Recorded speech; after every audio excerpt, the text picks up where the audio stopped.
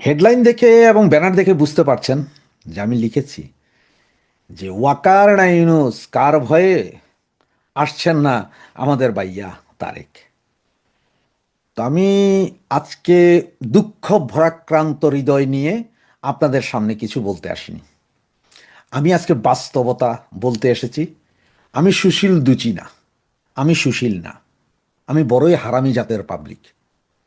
কারণ আমার মাথায় যেটা ঢুকে একবার সেটাই ঢুকে, এর বাইরে আমার কিছু ঢুকে না।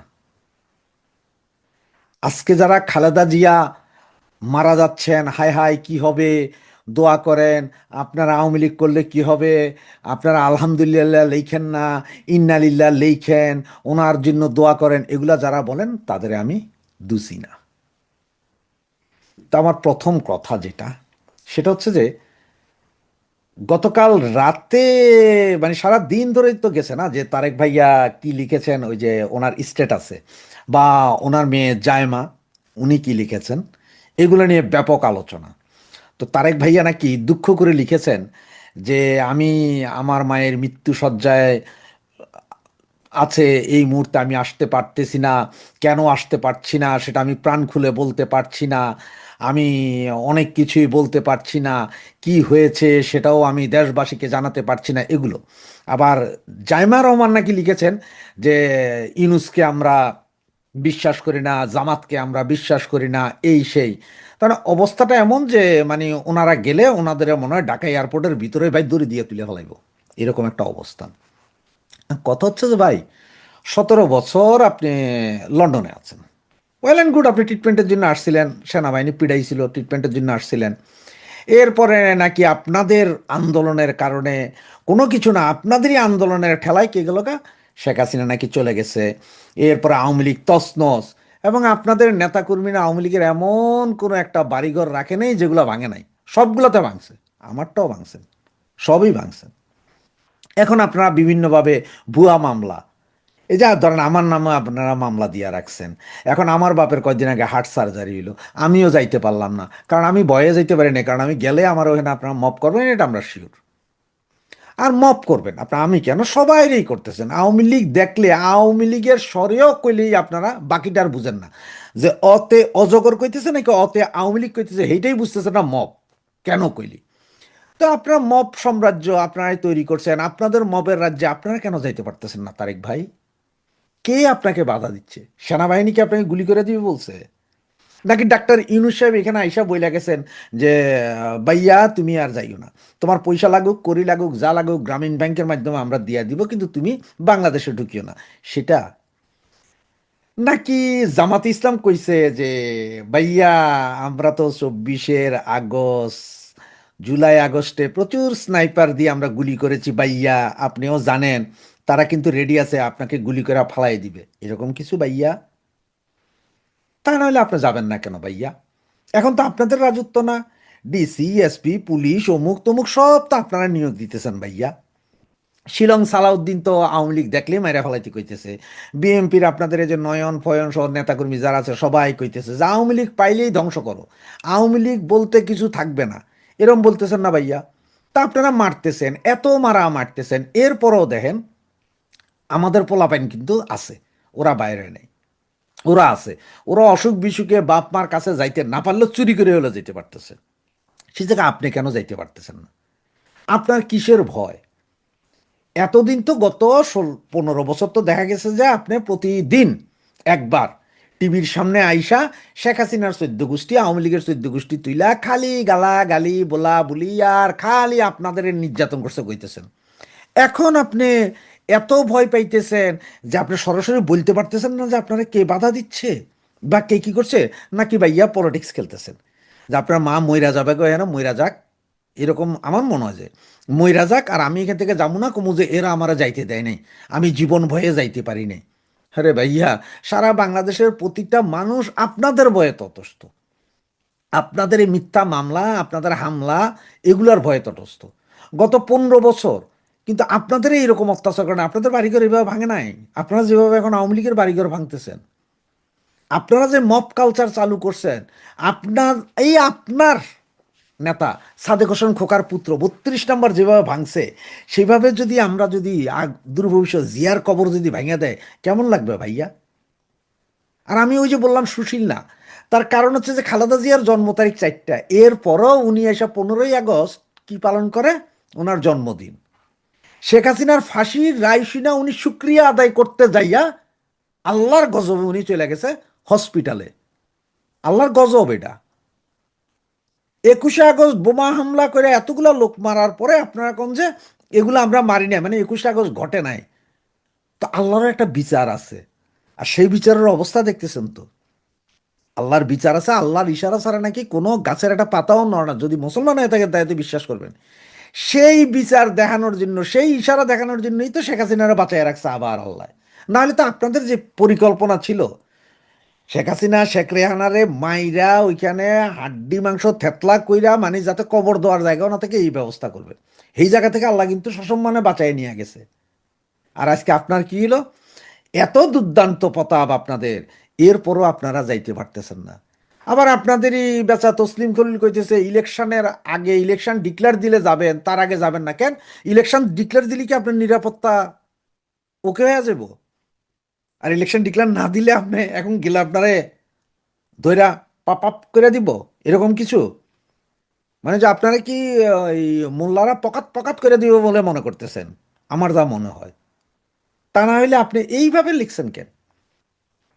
আর আপনার এই লেখার পরে আমি আরেকটা জিনিস চিন্তা করলাম, সেটা হচ্ছে যে আমাদের এই যে ডাস্টবিন শফিক, উনিও আবার একটা ছোটোখাটো কিরম জানি বিবৃতি দিচ্ছেন। তো ডাস্টবিন শফিক বা আপনার এরা কেন কইতেছে না, তারেক ভাইয়া আপনি আসেন ভাইয়া, আমরাই এয়ারপোর্ট থেকে আপনাকে আপনার আম্মার কাছে নিয়ে যাব, সেইখান থেকে আবার আম্মাকে দেখাইয়া আপনাকে আবার ফেরত দিব? নাকি ভাইয়া ইংল্যান্ডের কাগজপত্র বাতিল হয়ে যাবে সেই ভয়ে আসতেছেন না ভাইয়া? কোনটা ভাইয়া? আসলে কি ভাইয়া আপনি একটু বলবেন ভাইয়া যে আসল কাহিনী কি ভাইয়া? ভাইয়া কেন আপনি যাইতেছেন না ভাইয়া? আমার বড় জানার শখ ভাইয়া। এতদিন তো বলে ফেসিস ছিল এই জন্য যাইতে পারেন না ভাইয়া। আপনার ছোট ভাইটা মারা গেল সিঙ্গাপুর, শেখ হাসিনা গেছিল মরা বাড়িতে শোক পালন করতে, ঢুকতে দেন নাই। ওয়ারাস আজ থেকে কয়েক হাজার কোটি বছর আগে যখন কোনো ধর্মেরও প্রচলন হয়নি, তখনও নাকি একজন মারা গেলে আশপাশের সকলে যাইতো শোক পালন করতে। তেমনি আপনার ভাই যখন সিঙ্গাপুরে চিকিৎসা অবস্থায় মারা গেলেন, তখন আপনারদের বাড়িতে গেলে ঢুকতে দেওয়া হয়নি। সেইটার দোষও কি দেন যে সিঙ্গাপুরে আপনার ভাইরে শেখ হাসিনা মারছে, শেখ হাসিনা জায়গায় মানে গলা টিপা মারছে আপনার ভাইরে, মস্কারির জায়গা পান না। তো এখন এই যে গত 16 বছর আপনি প্রতিদিন আয়া এই স্কাইপে হোয়াটসঅ্যাপে আয়া কান্নাকাটি করতেন, রেকর্ডিং ভিডিও দিয়া, যে আপনার মাকে ট্রিটমেন্ট দেওয়া হয় না, আপনার মাকে মারি ফেলা হচ্ছে, এই করছে গত 17 মাস আপনার মা তো কোথাও ছিল না, না 17 মাস তো মুক্ত বিহঙ্গনের পাখির মতো ছিল। ট্রিটমেন্টটা হয়নি কেন ভাইয়া? গত 15 বছরে এই যে আপনার 2-3 বছর যেটা জেলখানা বলা হয়, এটা তো জেলখানা ছিল না। আপনার মা একদিনের জন্য এই যে আমরা বাকিরা, এই যে এখন আমাদের ছেলে মেয়ে ভাই ব্রাদার বউ বাচ্চা যারা ওই যে জেলে যায়, এদের মতো তো জেলে ছিল না, না? আপনার মারে এদের মতন আপনার ওই যে কেচি ফাইল, আমদানি রপ্তানি এখানে তো রাখা হয়নি। আপনার মা ছিল আওয়ামী লীগের এক নেতারই বিশেষায়িত একটা হসপিটালের মধ্যে, বিশাল কেবিন, চতুর্দিকে সব কিছু আছে, টিভি আছে, ইংলিশ কমোডও ছিল, সব কিছু ছিল, চিকিৎসা নিতেন। এবং সেই হসপিটালে থেকে যেই শেখ হাসিনা গেছে গা 5 তারিখ সন্ধ্যার সময় উঠেই লিপস্টিক লাগাই কি কইছেন, আলহামদুলিল্লাহ উনি গেছেন গা, উনি লগে লগে ভালো হয়ে গেছিলেন। তো গত 17 মাসে কে আপনার এই বিষ দিল? সেনাকুঞ্জে আপনার মারা যে ডাক্তার নিছে, সেই ডাক্তারের জিজ্ঞান না যে কেন নিছে? ডাক্তার ইউনিসের লগে বহাইয়া কি ইঞ্জেকশন দেওয়াইলো যে উনি একেবারে এইভাবে মৃত্যু সজ্জায়? নাকি এডিও নাটক? অবশ্য আপনাদের যে কখন কি করেন এটা তো আমি বুঝি না, যে কি নাটক নাকি, এটা আমি বুঝি না, আমার মাথায় ঢুকে না। তাই আমার খুব জানতে ইচ্ছা, ওই ব্যানার পেজের মতো আমারও জানতে ইচ্ছা, যে আপনাদের কে বাধা দিচ্ছে, ওয়াকার না ইউনুস? ওয়াকার কি আপনাকে বলেছে যে এখানে আসলে পকাত পকাত করব, নাকি ইউনুস বলেছে যে আপনাকে পকাত পকাত করে দেওয়া হবে, আপনি আইসেন না? নাকি জমাতে ইসলাম? জমাতে ইসলাম তো আপনাদের মায়ের পেটের ভাই না, সৎ ভাই, তো না আপন ভাই। এরপরে বাকি যেসব দলগুলো আছে সবই তো আপনাদের নাকি। আবার জুলাই আগস্ট ঘটাইছেন নাকি আপনারা। তো এখন ভয় কিসের? দাদা কি জুলাই আগস্টে যে স্নাইপার নামিয়েছিলেন পয়সা দিয়ে, তাদেরই ভয়? যে তাদের বাকি পয়সা দেওয়া হয় না, সুতরাং তারা আইলে আপনারা স্নাইপার তারাই গুলি করে ফালা দিবে, এইটাই ভয়। এখন আপনাদের যে অবস্থা, এর 20 ভাগের 1 ভাগ যদি আওয়ামী লীগ এই মুহূর্তে করতে পারে, শেখ হাসিনা এর পর দিনই আসবে। আপনার মতন ডরাইল্লা না, শেখের বেটি আপনার মতো ডরাইল্লা না। তবে আপনি মনে হয় না আর আইতে পারবেন, শেখ হাসিনা ঠিকই আইবে দেখবেন। এই ডিসেম্বরের ভিতরেই শেখ হাসিনা হয়তো আয়া যাবে, কিন্তু আপনি আইতে পারবেন না। আপনার সেই আশা ঈদের পরেই থাকবে। হ্যাঁ, তবে কোন ঈদ কোন বছর এটা ঠিক নেই। আর ইলেকশন আওয়ামী লীগ ছাড়া এটা আপনাদের জীবনও হবে না, সেই আশা আপনার ঘুরে বালি। ধন্যবাদ সুশীলরা। সুশীলতা যদি দুচাইতে হয়, এখান থেকে তাড়াতাড়ি বিদায় হন। একটা হচ্ছে রাজনীতির কুটোচাল, আরেকটা দীর্ঘমেয়াদী মেটিকুলাস ডিজাইন, আরেকটা হচ্ছে নিদারুণ প্রকৃতির বাস্তবতা। এই 3 জায়গায় বাংলাদেশের রাজনীতির 4 জন গুরুত্বপূর্ণ মানুষ, বেগম খালেদা জিয়া, শেখ হাসিনা, তারেক রহমান, সজীব ওয়াজেদ জয়, হঠাৎ করেই যেন কেউ কিছু বুঝে ওঠার আগে যারা ডিপ ফিশ, ডিপ স্টেট, গভীর জলের মাছ, তারা হয়তো জানতেন, এর বাইরে আম জনতা, আমরা যারা ম্যাঙ্গো পিপল, কেউ বুঝতে পেরেছি। আমি গতকাল একটা আলোচনায় আপনাদেরকে বলেছিলাম অনেকটা যেন নীরবে 111 ঘটে যাচ্ছে, নীরবে -2, তারপর আমি -3 আলাপ করেছি। আজ এসে একজন আলোচক আমাদের চোখ খুলে দিয়েছেন, ভারত থেকে এবং বাংলাদেশ থেকে যে আলোচকটা জয়েন করেছেন তাদের মধ্যে গৌতম লাহিড়ী, তারপর শেখ ফরিদ এবং মেজর আখতারুজ্জামান রঞ্জন, 3 জনের আলোচনা থেকে আমরা চোখ খুলেই দেখলাম, মানে তাই তো বাংলাদেশের রাজনীতি এই 4 তারকা শেখ হাসিনা, খালেদা জিয়া, তারেক রহমান, সজীব ওয়াজেদ জয়, 4 জনই হঠাৎ করে যেন নাই বলতে, বেগম খালেদা জিয়া দেশে আছেন, কিন্তু তার শারীরিক যে কন্ডিশন, ধরেন আল্লাহ সহায় তিনি আবার ফিরে আসলেন, অনেক কিছু তো অলৌকিক ঘটনা ঘটে, তিনি যদি শারীরিক সুস্থ হন, তিনি যেই বেগম খালেদা জিয়া, ওই যে বলছি শুধু বটবৃক্ষ হিসেবে থাকতে পারেন। কিন্তু এই দল এখন যে চ্যালেঞ্জের মুখে, একটা নির্বাচন, বেগম জিয়া আমার চোখে ভাসে, আমি তো তার সঙ্গে ছিলাম 2008 সালে, টানা 19টা দিন বাংলাদেশের 48টা জেলায় ঘুরেছি।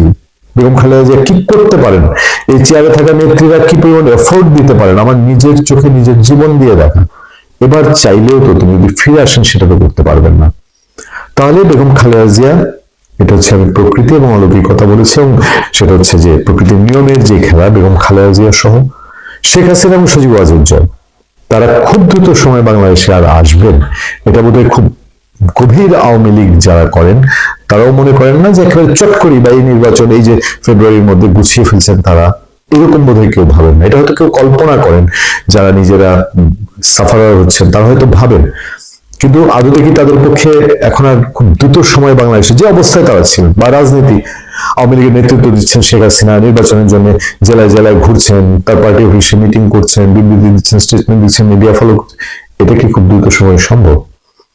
সম্ভাবনা ছিল তারেক রহমানের, বারবার ডেট হয়েছে, বিএনপি থেকে তারিখও জানানো হয়েছে, কিন্তু অক্টোবরে আসছেন, সেপ্টেম্বরে আসছেন, অক্টোবরে আসছেন, নভেম্বরে আসছেন, তারপরে এখনো বলা হচ্ছিল যে ডিসেম্বরে আসছেন, কিন্তু আসছেন আর আসছেন, তারেক রহমান তার স্ট্যাটাস দিয়ে পরিষ্কার করে দিয়েছেন তিনি আসছেন না। এবং এই একটা না দিয়েই বাংলাদেশের ইতিহাসে একটা অনেক বড় ঘটনা ঘটে গেল কিনা। আপনি এবার বিরাজনীতিকরণের রাজনীতি বলেন, এবার -2 বলেন, -3 বলেন, আর চূড়ান্ত ভাবে -4 বলেন। এখন ওই যে আমি বলছিলাম মেটিকুলাস ডিজাইনের পার্ট কিনা, যারা 5 আগস্ট তৈরি করেছেন তারা হয়তো জানতেন তাদের হিসাব নিকাশে ছিল এই পরিস্থিতি হতে পারে, বা তারা যেটা করবেন, করলে পরে তারেক রহমান চলে আসতে পারেন, আসলে পরে কি হবে এটা বুঝে তারেক রহমান যে আসবেন না, সেই ডিজাইনটাকে আরো কিভাবে শক্তিশালী করেছেন। বিএনপি ঘর থেকেই প্রশ্ন হচ্ছে জামাতে ইসলামী এখানে কতটা ভূমিকা রেখেছে, বিএনপির মধ্যে জামাত প্রভাবিত অংশ কতটা ভূমিকা রেখেছে, বিএনপির মধ্যে সেই 111 এর সংস্কারপন্থী অংশ কতটা ভূমিকা রেখেছে, এবং সেই সাথে আরো আরো শক্তিশালী অংশ দেশে এবং দেশের বাইরে। তারা স্টেট কার্ড চায় না তারেক রহমান আসুক। সজীব ওয়াজেদ জয় মুখ ফুটে জানিয়ে দিয়েছেন, নিশ্চয়ই বিএনপি থেকেও দেখবেন 2-1 দিনের মধ্যে কেউ না কেউ এই কথা বলবে যে আসল বাধাটা কোথায়। আজকে পর্যন্ত কিন্তু কেউ মুখ খুলছেন না, স্টেট নাম ধরে বলছেন না, কিন্তু কেউ না কেউ বলবে।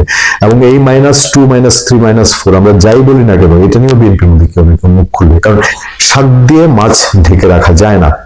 সজীব ওয়াজেদ জয় যে এই -2 মানে শেখ পরিবার, জিয়া পরিবার মাইনাসের কথা বলেছেন, এর ছাপ বিএনপিতে পড়েছে। বিএনপি মুখ না খুললেও বিএনপি খুলতে বাধ্য হতে হবে যদি অস্তিত্ব টিকিয়ে রাখতে চায়। আর যদি মুখ বুঝে মেনেই নেয়, তাহলে 111-এর সিচুয়েশন আরো লিঙ্গার হবে। 111-এর ধাক্কা বিএনপি আজকে প্রায় 2 যুগও সামলে উঠতে পারেনি। আমি সত্যিকার অর্থেই বলবো যে এখন পর্যন্ত যে সিচুয়েশন দেশে আছে বিএনপির জন্য, যে চ্যালেঞ্জ, সেটা ওই 111-এর ধাক্কাই। 111-এর সরকারই সাজিয়ে দিয়ে গেছে যে বিএনপি যেন আগামী 15-20 বছর ক্ষমতার মুখ না দেখে, এবং সেটার প্রতিক্রিয়ায় আরো যেন কিছুদিন ক্ষমতার বাইরে থাকতে হয়।